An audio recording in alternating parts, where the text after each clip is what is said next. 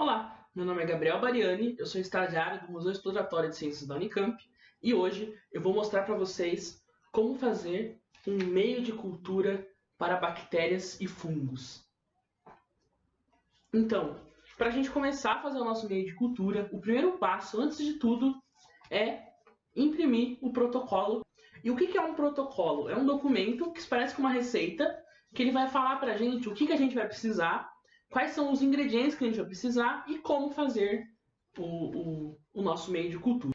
E esses protocolos são bastante comuns na pesquisa, na ciência, né? A gente tem nos laboratórios diferentes protocolos, protocolos para usar a máquina X, o protocolo para a produção de um meio. Então a gente tentou imitar essa estética de um protocolo de ciência para vocês terem uma ideia mais ou menos de como que é que algumas coisas são estabelecidas dentro de um laboratório. Por que é importante a gente ter uma receita em mãos e ler a receita? Porque na hora que a gente for fazer o meio de cultura, vocês vão ver que a gente precisa de bastante atenção, a gente precisa saber o que a gente está fazendo para diminuir a contaminação. O meio de cultura tem uma palavra super importante: contaminação, contaminação e contaminação.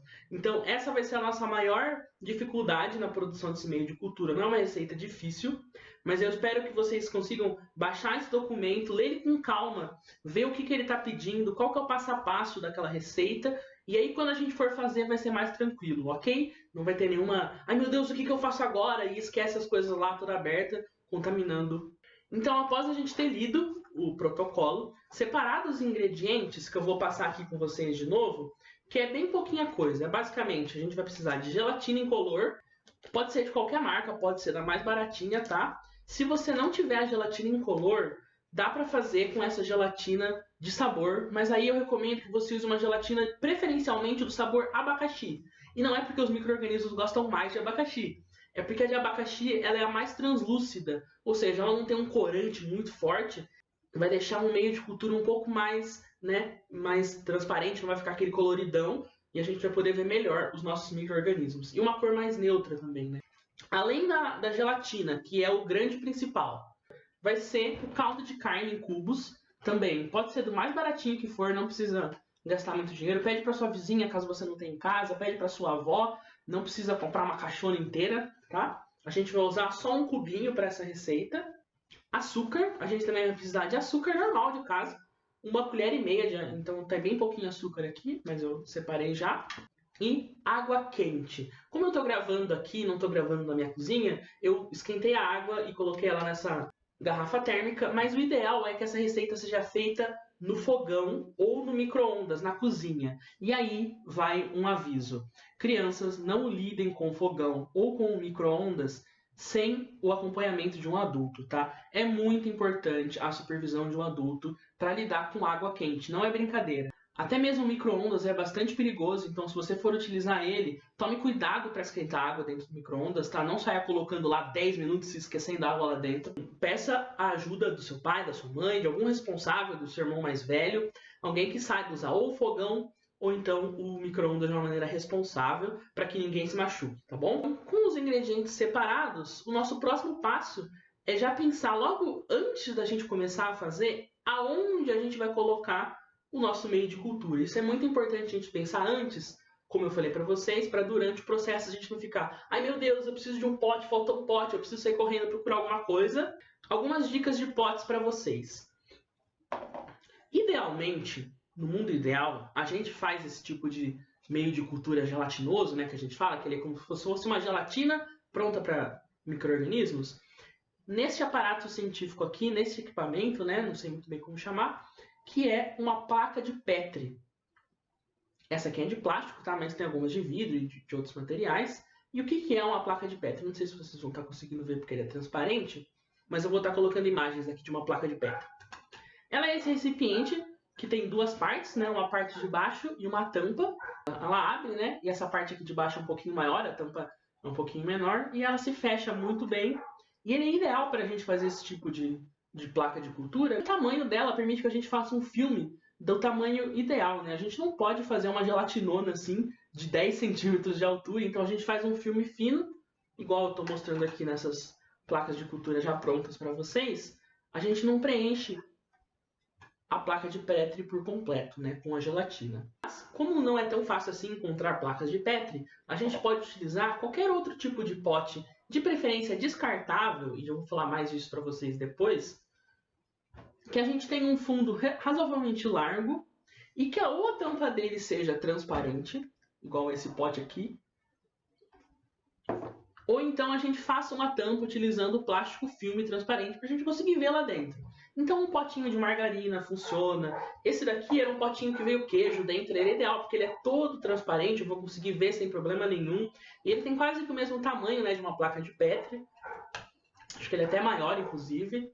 Também daria para a gente estar usando aqui o próprio copinho descartável. Aí a mesma coisa, a gente cobre o copinho com o plástico filme, certo? Vai ficar bem legal, né? Que daí dá pra gente ver pelas laterais do copo plástico. Eu só não recomendo que vocês utilizem potes Tupperware que vocês usam no dia a dia, né? Aqueles potes que a gente coloca o resto de comida e tudo mais. A gente vai estar realizando um experimento com bactérias e fungos. Então não é uma boa ideia misturar potes que a gente pretende usar no futuro para colocar comida junto com um experimento desses que vai estar lidando com seres que podem causar doenças ou não a nós, tá? Então a gente precisa ter esse cuidado de utilizar potes que a gente possa descartar após o experimento. Outro ponto importante. Depois da gente escolher os nossos potes, caso eles já tenham sido usados alguma vez, a gente guardou algum alimento neles, eles precisam ser lavados, tá? Porque, como eu disse para vocês, contaminação é um grande problema nesse experimento. A gente quer reduzir a contaminação ao máximo. Então, a gente lava eles com água e sabão em casa mesmo.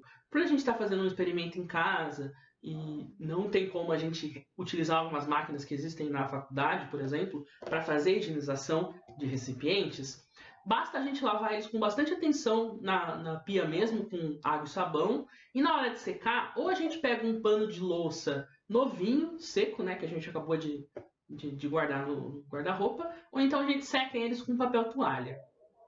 Por que a gente pega ou um pano limpo ou o pano de papel toalha? O papel toalha é descartável, né? Então não tem como a gente ter utilizado ele antes e a chance dele ter algum contaminante é bem pequena. E o paninho que a gente acabou de pegar do guarda-roupa é a mesma coisa. A gente não deixou ele lá encharcado depois da gente ter utilizado uma louça toda. Então a chance da gente estar tendo ali um crescimento bacteriano é menor e a chance da gente contaminar os nossos potinhos também vai ser menor. Então, com os potinhos separados, todos limpos, a gente ainda não começa a fazer a nossa gelatina. Vocês vão ver que esse experimento tem bastante preparação, e aí quando a gente for fazer, ele é rapidinho. Mas a preparação é tão importante quanto o experimento em si, ok? Porque todas essas precauções que a gente está tomando agora vão resultar em uma placa de cultura bem feita, bem legal, que a gente vai poder ver bastante coisa, ou então uma placa de cultura que vai estar uma bagunça cheia de coisas que a gente nem sabe de onde veio. Então, com os nossos potes escolhidos, todos eles já separados, o que a gente vai fazer? Nomear os potes de acordo com a tabela que eu dei para vocês aí. A gente tem os potes T.1.0, T.1.1, T.1.2 e T.1.3. O que significam essas abreviações eu vou contar para vocês depois no nosso encontro síncrono, tá? A gente pode escrever tanto na tampa do nosso pote utilizando uma caneta dessas que marca CD, né, uma caneta permanente. A gente pode pegar uma fita crepe branca, colocar um pedaço na tampa e escrever com um lápis ou então com uma caneta, sem problema nenhum. Mas é muito importante que a gente identifique os nossos potes antes da gente começar a fazer a receita. Com os seus potes prontos, você leu o protocolo, já sabe o que você vai fazer, já escolheu os locais, né, para guardar esses potes, aí sim a gente pode começar a fazer a receita do meio de cultura em si. Até então a gente estava só se preparando para isso, certo? No vídeo de hoje com vocês eu vou estar utilizando a gelatina incolor, tá? Para utilizar a gelatina com sabor, né, a não incolor, a gelatina de abacaxi, o processo é o mesmo, só vai mudar que você não vai adicionar o açúcar, porque essa gelatina já vem com açúcar, né? Ela já é adoçada, ela já vem pronta para o consumo. Isso tá tudo no protocolo, tá? Vocês vão encontrar esse tipo de informação lá, mas eu vou ressaltar aqui para vocês também. Então, utilizando a gelatina incolor, a gente vai estar usando um saquinho só desses. Geralmente ela é vendida em par, assim, né? E cada um dos saquinhos tem 12 gramas. Então a gente vai usar um sachêzinho desses. E toda gelatina incolor, ela precisa que você hidrate ela. Porque ela está aqui desidratada, ou seja, sem água. Então a gente coloca a gelatina desidratada em um copinho. Com uma colher de sopa, a gente vai estar colocando 5 colheres de água na nossa gelatina. Não precisa ser água quente, tá? Pode ser água gelada normal, direto do filtro. Eu estou utilizando água quente aqui, porque a água que eu tenho acesso aqui atrás é a água quente. Eu acho que essa aqui é a 4ª colher. E aí, a 5ª colher. Vou colocar só mais um pouquinho. Não precisa ser super preciso, 5 colheres, tá? A gente dá uma mexidinha aqui e deixa ela hidratando, né? É um processo que demora um pouquinho. Enquanto isso, caso você esteja no fogão, você precisa medir 150 ml de água e colocar em uma panela para esquentar. Por que 150 ml de água, né? Esse saquinho, ele faz até 500 ml de gelatina, né? Utilizando um saquinho desses. Só que a gente não quer fazer esse monte de gelatina. E reduzindo a quantidade de água que a gente vai usar, a gente vai conseguir uma gelatina mais forte, né? Ao invés de ser uma gelatina bem molengona, a gente vai conseguir uma gelatina mais rígida. Com a gelatina terminando de hidratar, eu já separei um cubo de caldo de carne, 1 colher de sopa e meia de açúcar, o pote de mistura, que vai ser esse pote aqui. A minha água quente está ali me esperando e eu vou começar o processo. Como eu vou estar comentando algumas coisas que eu estiver fazendo com vocês, eu vou colocar uma máscara. Quando você estiver fazendo, evite falar em cima da receita. Ficar fazendo muita coisa assim em cima da panela. Eu preciso ir lá buscar uma coisa que eu esqueci. Esse tipo de movimento agita muito as partículas do ar. Durante esse processo, o ideal é que a gente evite esse tipo de ação, tá? Para a gente minimizar a contaminação da nossa receita. Eu vou utilizar aqui o meu copo medidor e medir os meus 150 ml de água. Quente já, né? Em ponto de fervura, vocês vão ver que ela está bem quente mesmo. Eu cheguei mais ou menos nos 150 ml de água. Eu vou rapidamente adicionar o meu cubinho de caldo de carne. Vou dar uma quebrada nele assim para facilitar a gente dissolver, né? Vocês vão ver que está bem quente, já está até dissolvendo o caldo de carne. E o meu açúcar, a mistura. Vou pegar a colher que eu estava usando para mexer a gelatina mesmo e vou mexer rapidamente aqui para misturar bem, dissolver o caldo de carne. O açúcar dissolve mais rápido, é mais fácil, né? Mas o caldo de carne a gente precisa quebrar um pouco esses grunhos que ele faz, esses pedacinhos. Mas se a água de vocês estiver quente, não vai ter muitos problemas, tá? E por que caldo de carne e açúcar, né? Isso é uma coisa interessante. Como eu falei para vocês, a gente quer um meio de cultura, ou seja, a gente quer uma mistura que contenha as substâncias necessárias para as bactérias e para os fungos crescerem felizes, se alimentarem muito bem. O açúcar, ele vai ser a fonte de açúcar.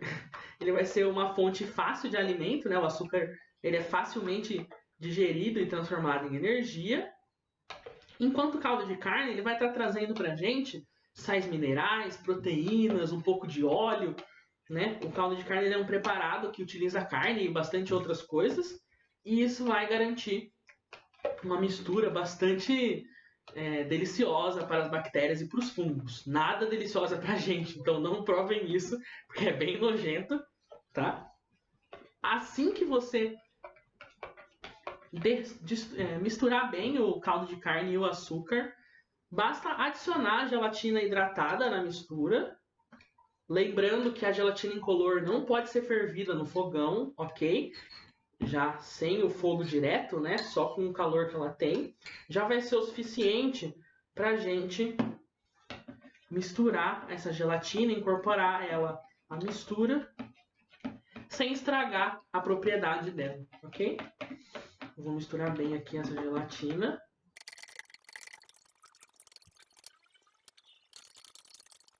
Quando tudo já estiver bem misturado, basta a gente fechar o nosso recipiente com papel alumínio ou então com plástico filme. A gente deixa ele fechadinho e espera a nossa gelatina esfriar um pouco, porque a água ainda está bastante quente nesse momento. Com a nossa gelatina aqui já esfriando, tampadinha, com papel alumínio. Dá para tampar com uma tampa de uma panela também, mas aí lembrando aquela precaução de lavar ela antes. A gente vai deixar ela esfriar um pouquinho até chegar mais ou menos à temperatura ambiente. Não precisa ficar super fria, até porque se a gente deixar esfriar muito, ela vai começar a gelatinizar aqui dentro, e não é isso que a gente quer. A gente quer fazer a gelatina nos nossos recipientes que a gente preparou para isso, tá? Então eu vou esperar dar uma esfriadinha aqui e eu já volto. Já passou o tempo e a minha mistura já esfriou um pouco. Uma coisa que a gente tem que tomar bastante cuidado agora, quando a gente for colocar nos nossos potes, é, novamente, não falar muito. Como eu vou precisar falar para vocês algumas coisas, eu vou estar utilizando uma máscara. Estar com as mãos limpas ajuda bastante também, eu esqueci de falar isso logo no começo. Mas limpem as mãos com água e sabão bastante. Passa um álcool em gel, ajuda também. Deixe os seus potinhos já todos preparados para receber o meio de cultura, certo? Então já nomeados, a tampa sempre próxima aqui. Como esse aqui não tem tampa, já deixei o rolo aqui pertinho para assim que eu passar, eu já vou até achar a ponta dele, para assim que eu colocar o meio de cultura, eu já tampar ele, né, da melhor maneira possível e diminuir o tempo de exposição ao ar. Quando a gente for abrir o nosso meio de cultura, muito cuidado, é para ter condensado água na tampa ou no papel alumínio, né, que a gente está utilizando. A gente retira esse papel alumínio em um movimento só para trás do pote, solta aqui as pontas dele e evita que essas gotículas caiam dentro do pote de volta, né? Tá tudo bem homogêneo aqui para mim. E aí a gente vai colocar nos nossos potes, nos nossos recipientes, uma camada de gelatina de meio de cultura não muito maior do que 1 centímetro, tá? E assim que a gente colocar no pote, fecha ele, para diminuir a quantidade de contaminação, né, associada com esse momento dele aberto para o ambiente. Então, novamente, né, a gente coloca aqui mais ou menos um dedinho, né, 1 centímetro, e colocou, fechou. Opa, rasguei o meu plástico filme, mas não tem problema.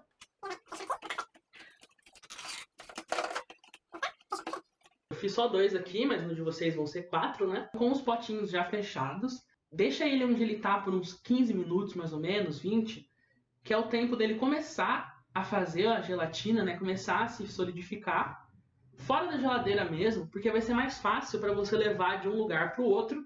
Não precisa fazer e já colocar na geladeira. E tá pronto o nosso meio de cultura.